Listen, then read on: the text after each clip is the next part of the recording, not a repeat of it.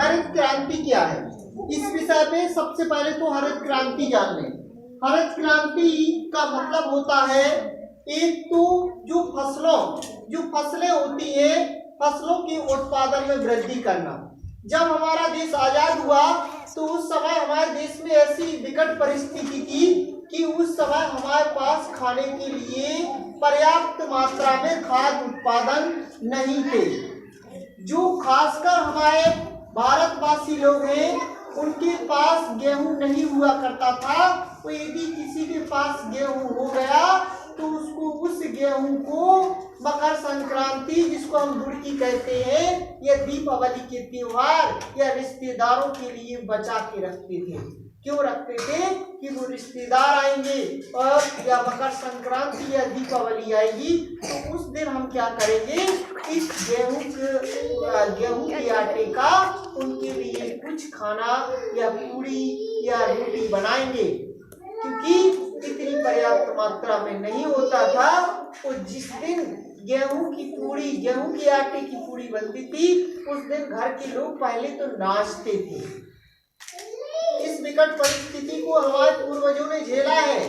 क्यों नाचते थे? क्योंकि उनको कभी गेहूं के आटे की पूरी या रोटी नसीब नहीं होती थी, क्योंकि हमारे भारत देश में सबसे एक बसारा आता था और बसारा की रोटी खाते थे लोग, जो गला छिल जाता था, इतनी रोटी थी। जवार की रोटी खाते थे, क्योंकि हमारे पास गेहूं था ही नहीं। जब देश आजाद हुआ तो उस समय देश में भूखमरी, क्योंकि जितनी तेजी से जनसंख्या बढ़ी उतनी तेजी से खाद्य उत्पादन भारत देश में नहीं हो रहा। जनसंख्या तेजी से बढ़ रही थी, अधिकांश लोग सड़कों पर या कहीं पर भूखे मर जाते थे।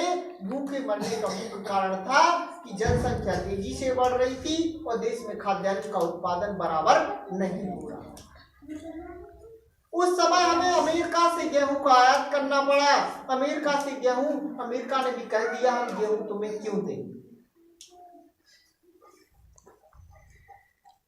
फिर क्या हुआ, हमें अपने देश के लोगों को मानव संसाधन के रूप में वहां पे मजदूरी करने के लिए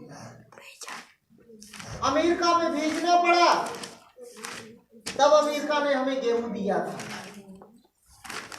और जब अमेरिका से गेहूं आया फिर उस गेहूं के लिए एक क्रांति चलाई गई।